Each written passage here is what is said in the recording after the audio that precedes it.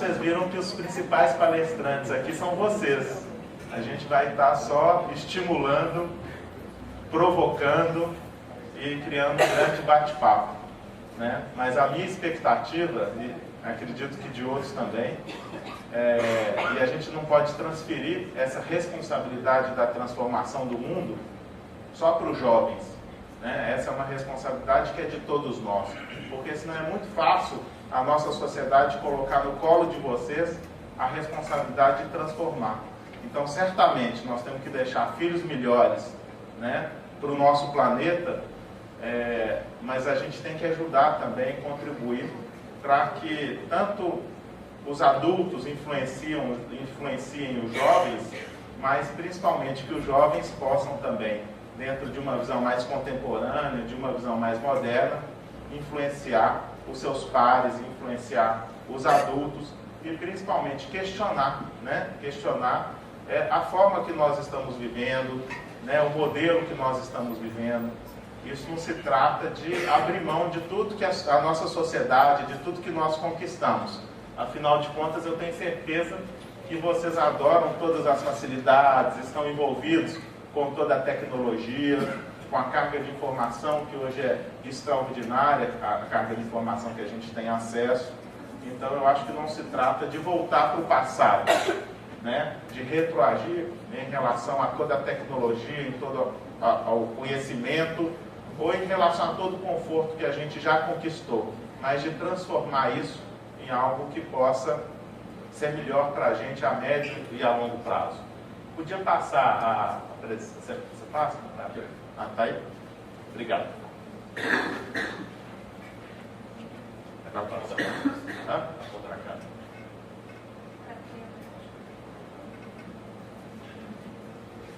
Qual que é? Eu estudei todos aqui já. Tá, obrigado. Bom, então eu vou trazer poucas palavras aqui escritas, né? São imagens que vão ilustrar esse nosso bate-papo. Mas quando a gente pensa, né, que há 5.000 anos atrás, os igurates que ocuparam a Mesopotâmia já tinham uma infraestrutura adequada de drenagem, de locomoção, de organização da cidade, né? E isso foi se desenvolvendo até os dias de hoje, né? E hoje a gente tem uma pretensa, como eu disse ali na entrevista, um pretenso domínio do homem sobre a natureza, que seria a cidade. Mas talvez a gente tenha adotado algum caminho errado, porque eu acho que não se trata de dominar a natureza, e muito mais de conviver, de harmonizar e de cooperar. Afinal de contas, a gente é um ente dentro desse processo, né?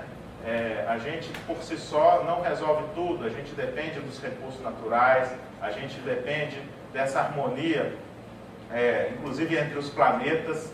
Então, nós somos uma peça nesse quebra-cabeça.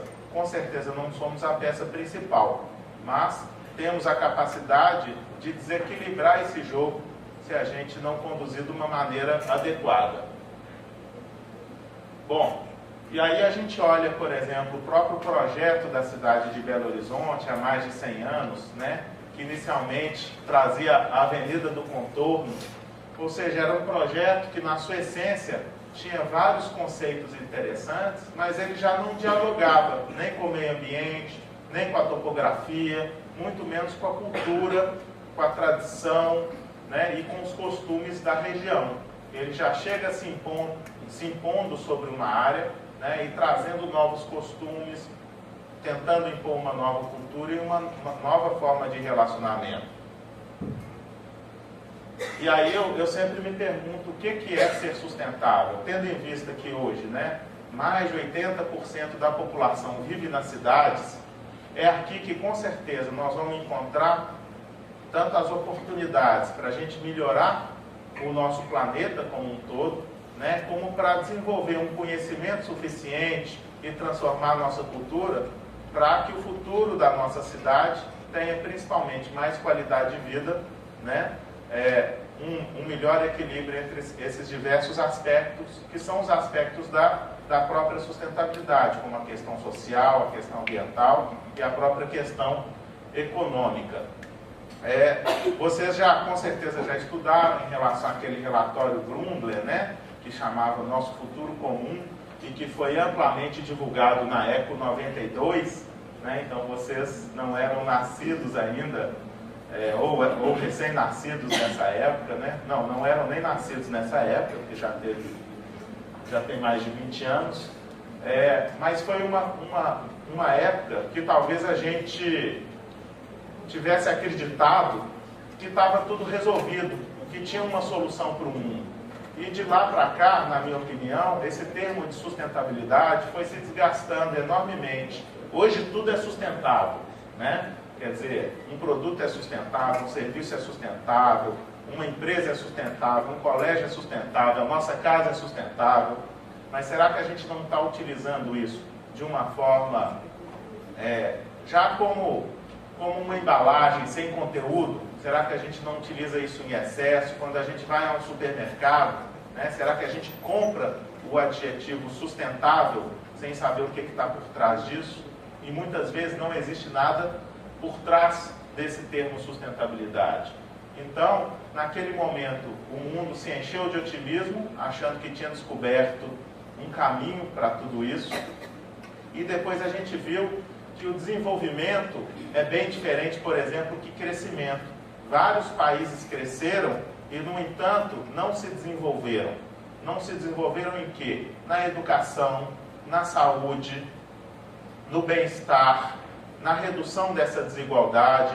Então, percebe-se rapidamente que o crescimento não necessariamente envolve o desenvolvimento. O próprio Brasil é um exemplo disso. Na década de 60, 70, o Brasil cresceu muito.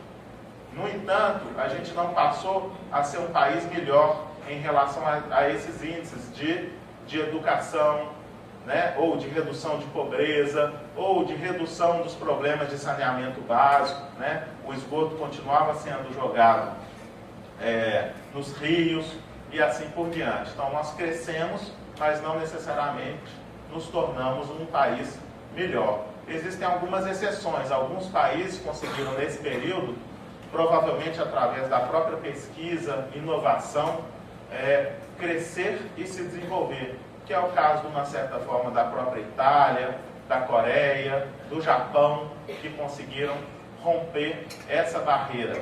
Mas o que a gente percebe, passado esses anos todos, é que praticamente os países que eram ricos continuam ricos e os países que eram pobres continuam pobres. Então, a gente percebe que o crescer não é exatamente se desenvolver, não é melhorar e principalmente não é romper essa barreira da desigualdade, né?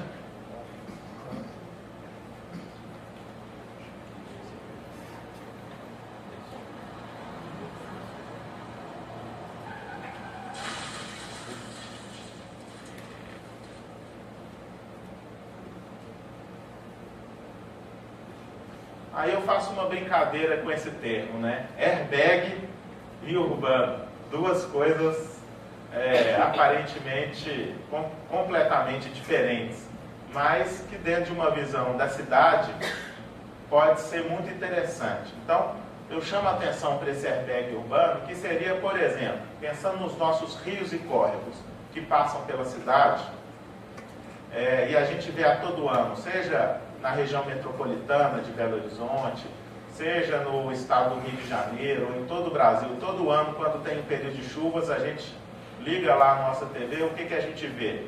Inundações, não é? Problemas que a chuva acaba trazendo em relação a erosões, e isso acaba afetando as casas, matando pessoas, desmoronamentos, né? E isso é recorrente no nosso país. Então o que a gente percebe é que os rios estão nos lugares que sempre estiveram. O homem é que começa a ocupar as suas margens, o homem é que começa a ocupar as áreas de segurança, porque o rio, olhando ele na sua história, ele sempre teve seus períodos de cheia, os seus períodos de seca, né? E no período de cheia é natural que ele alcance uma área maior, que é a área de inundação, que é uma própria área de segurança. E na medida em que as pessoas ocupam essas áreas, é um dos processos, ou na medida em que as pessoas vão impermeabilizando o solo, né, ou seja, simplesmente concretando e não permitindo que a água, que a chuva infiltre no solo natural, o que acontece é que essa água vai se acumular nas ruas e depois vai se juntar aos rios. Então aquela água que seria drenada naturalmente pelo solo, ela acaba aumentando o volume de água do rio. E o rio, por sua vez, já não tem espaço para inundar, e ele acaba atingindo as pessoas. Então eu faço essa brincadeira com o termo airbag urbano, que seria justamente essa função. Se a gente for perceber quando a gente viaja, né, ou vai para a fazenda ou para o sítio, que sempre às margens do rio a gente encontra uma vegetação, né, uma vegetação exuberante, que tem essa função, tem a função tanto de segurar essa água, quanto de conter esse material, quanto a própria água da chuva, quando ela passa por essa vegetação, ela acaba sendo de uma certa forma filtrada para chegar mais limpa aos córregos. Então, da mesma forma que o carro, né, hoje em dia a gente tem essa tecnologia do airbag, e ele é um anteparo, né, no caso de um acidente, ele é um anteparo entre a gente, né, entre a vida e a morte. A renaturalização desses rios, recuperando essas matas ciliares, essas margens, ela teria a função de um airbag. E aí eu chamo essa atenção para a necessidade da gente reconhecer na nossa cidade aonde estão os rios, né? Os rios sempre estiveram aqui, só que por hora muitos desses estão tampados, né? Viraram avenidas. Então às vezes os nossos pais comentam que embaixo de uma determinada avenida passava um rio, né? O rio ainda passa lá, só que a sujeira está toda debaixo do tapete. É preciso abrir, é preciso colocar ele para respirar, para que ele retome a sua função, tanto a sua função ambiental, a sua função urbanística dentro da cidade, porque ao longo desses córregos você pode promover, ao longo dessas margens, parques lineares, áreas de convívio, não é? Que é muito do que a gente já perdeu na cidade. Cada um fica dentro do seu condomínio, dentro do seu prédio, dentro da sua casa, cercado, né, tanto por muro, né, quanto por segurança, por porteiros. A gente tem medo de sair à rua. E o rio pode ser um condutor desse resgate da vida em comunidade. Então ele teria essas diversas funções, tanto da questão ambiental quanto da questão social, promovendo aí promovendo o resgate dessa vida em comunidade, né? Dessa volta, esse retorno à convivência. Então, em alguns sentidos, o ser sustentável é retomar algumas práticas que a nossa sociedade já teve no passado, que é a prática do convívio, da troca, né? Tanto da troca de experiências quanto da troca de mercadorias.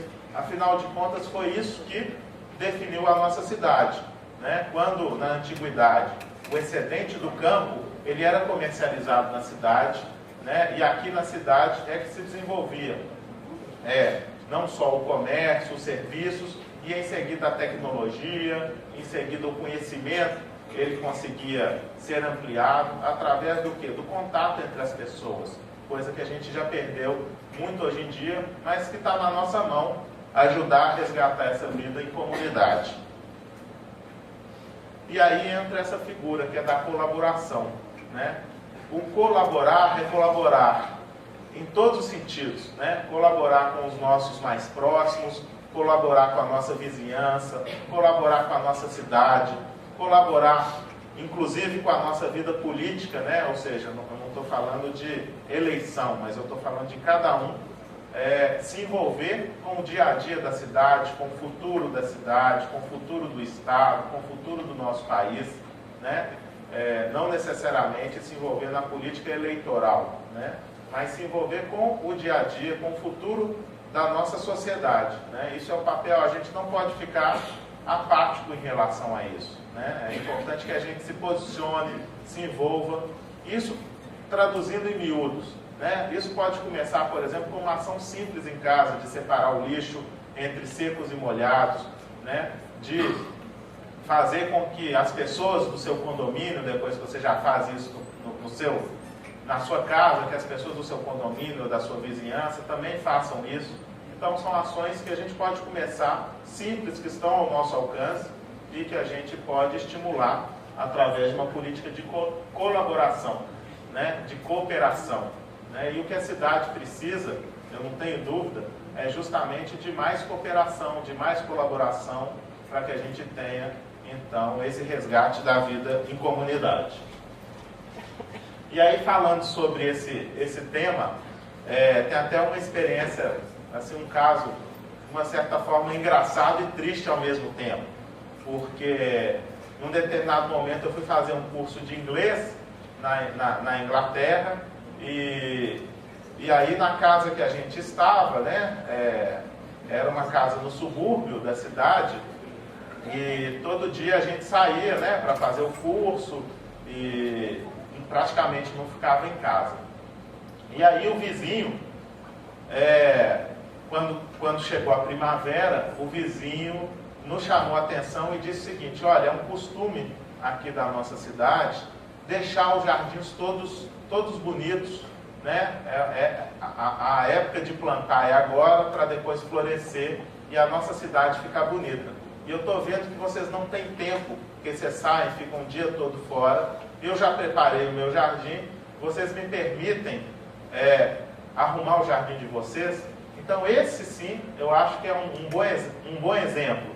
Feliz, porque mostra esse espírito colaborativo, aonde para aquele cidadão não bastava o jardim da casa dele estar bonito, era necessário que a rua estivesse bonita, a cidade estivesse bonita, isso era importante para todos, não bastava para ele cuidar do jardim da casa dele. E triste, porque mostra a nossa falta de senso de cidadania, de comunidade, né? Que a gente achou que bastava, nós não temos tempo, nós não vamos arrumar o nosso jardim da frente. Mas isso era importante para todo o bairro. Não era uma questão individual, era uma questão coletiva. Então acho que isso chama atenção, né, para que não basta a gente resolver só os nossos problemas, né? Então cada um está mirando aí no vestibular, cada um está mirando no seu futuro. Que bom que cada um pense e lute pelo seu futuro, mas tem também o nosso futuro, e para isso cada um tem que dar um pouquinho de si, doar um pouco de si, para que a gente tenha um futuro melhor. Bom, a questão da gestão participativa, né? Então a gente está num ambiente democrático, onde teoricamente, né, nós participamos da eleição dos nossos líderes, dos nossos políticos, mas gestão participativa e democracia pode ser muito mais do que isso. Pode ser muito mais do que um dia, num determinado ano, a gente ir votar, né? Isso se faz todo dia. A gente tem que cobrar e tem que investir, isso gasta tempo, isso demanda da gente, mas que a gente participe dos projetos, né? Dos projetos da nossa rua, dos projetos do nosso bairro, dos projetos da nossa cidade. Isso pode ser feito tanto presencialmente, você já tem uma legislação que determina que vários empreendimentos são obrigados a fazer audiência pública, mas, além disso, né, o nosso bairro, a nossa associação de bairro, os projetos que interferem no nosso dia a dia, a gente deveria participar mais, agir mais, ajudar a construir. É muito mais fácil a gente criticar do que ajudar a construir. Ajudar a construir dá muito mais trabalho. E aí entra um pouco essa questão da gestão participativa digital, né, que através de seminários como esse, né, que são transmitidos ao mesmo tempo para vários lugares, a própria gestão pode se dar também de uma forma multimídia. Então hoje, por exemplo, estão abertas pela internet, né, vários canais onde você pode se manifestar, várias consultas públicas em relação a temas como lixo, mobilidade, né? E eu acho que a gente não só poderia, como deveria realmente participar, utilizar esses canais não só físicos, mas digitais também. Afinal de contas, vocês dominam esses canais, essas tecnologias, para poder participar e ajudar a construir. Bom, dentro desse conceito de construção coletiva, né, como exemplo aí o projeto do Fiat Mio, que foi um um veículo construído com a participação e com a colaboração de milhares de pessoas, né? E ao final você tem um veículo muito bacana. Então isso mostra que a participação e a construção coletiva podem resultar num produto inovador, diferenciado e principalmente que atenda aos diferentes objetivos e não simplesmente a ideia, o conceito de um especialista ou de um conhecedor do assunto que acaba determinando para a gente o que ele acha que é melhor. Então vamos nós ajudar essas pessoas a dizer o que é melhor para a gente e não deixar que os outros escolham o nosso futuro. E aí, trazendo isso um pouco para a minha realidade do dia a dia, que lido com o urbanismo, meio ambiente, ou seja, esse desafio de tornar a cidade melhor, eu não tenho dúvida que reorganizar o nosso território é um dos caminhos para tornar a nossa cidade, entre aspas, mais sustentável. Por quê? Hoje nós temos uma disfunção estrutural. Normalmente as pessoas moram longe do seu trabalho, moram longe da sua escola, moram longe das suas atividades. E diariamente nós temos que sair, seja de carro, de ônibus, de van, né, de bicicleta, a pé, ou da forma que for, e consumir grande parte do nosso tempo no dia nesse deslocamento, que além de muito desgastante, ele toma um tempo precioso, que a gente poderia estar fazendo coisas mais produtivas, né? Isso é uma realidade. E é uma realidade porque a gente às vezes fica falando, então a solução é o metrô, a solução é o BRT, mas nós temos uma disfunção que nenhum sistema de mobilidade vai resolver. Nós estamos morando longe de onde a gente faz as nossas coisas. Então nós temos que aproximar todas essas funções, colocar perto da nossa casa o trabalho, a escola, o lazer, a cultura, né? Ou colocar a nossa casa perto de onde já tem isso tudo. E não colocar, como tem, por exemplo, uma área industrial, então lá você tem atividade econômica, ali tem um emprego. E uma área residencial, não, lá você só pode morar. A ideia é que você consiga colocar um pouco disso tudo nos mesmos locais, ou seja, uma multiplicidade de usos. E esses usos, eles pressupõem o quê? Para eles conviverem em harmonia? Respeito, cooperação e principalmente educação. Então, junto com essa transformação, uma evolução, uma mudança cultural. Bom, e aí entra o principal tema de hoje, que é a educação sustentável, né? E como eu disse ali na entrevista, eu particularmente não acredito na educação sustentável como uma disciplina na escola, mas sim como alguma coisa que vai permear todo o nosso processo de aprendizado, durante todas as etapas da nossa vida. E isso envolve as nossas atitudes, envolve a responsabilidade, envolve a questão ética, não é? Então, quando a gente está no nosso carro, né, vocês já daqui a pouco vão tirar carteira, ou os pais de vocês já dirigem, então quando uma pessoa atravessa na faixa, né, e você avança com seu carro sobre a faixa e a pessoa não atravessa, né, você está colocando a força do seu veículo, né, então você está privilegiando o veículo em detrimento das pessoas, sendo que as pessoas é que acabam transformando, a cidade é para as pessoas, né, é para elas que a gente está aqui para melhorar a vida das pessoas. Então isso passa desde dar um bom dia, ajudar o próximo, não é exatamente uma filantropia, mas é uma cooperação.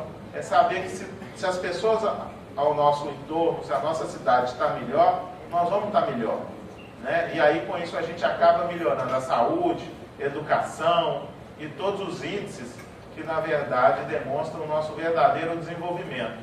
E não os índices de crescimento, os índices simplesmente econômicos, né? Bom, e aí para finalizar, já que o tempo é curto e eu acho que a ideia também é começar um bate-papo, não é esgotar o tema, a partir disso tudo, eu queria dizer para vocês que eu levantei a mão naquele do otimismo, porque eu acredito que seja possível, que a cidade é possível e que principalmente nós, temos a possibilidade, e ela está nas nossas mãos, de melhorar, de transformar a nossa cultura. Agora, isso vai exigir esforço. Ficar acomodado da forma que normalmente a gente fica, vai nos levar a esgotar todos os nossos recursos, vai nos levar a uma incapacidade de dar a volta por cima. Então, eu acredito que seja importante a gente se esforçar, a gente sair da nossa zona de conforto, para tentar, junto com os nossos colegas, com nossos pares, melhorar através da educação, né, o futuro da nossa cidade e do nosso planeta.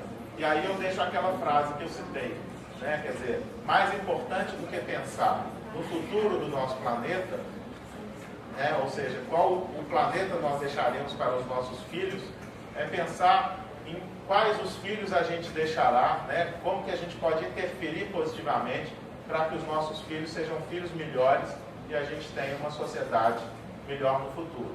Então, muito obrigado, agradeço a todos a oportunidade.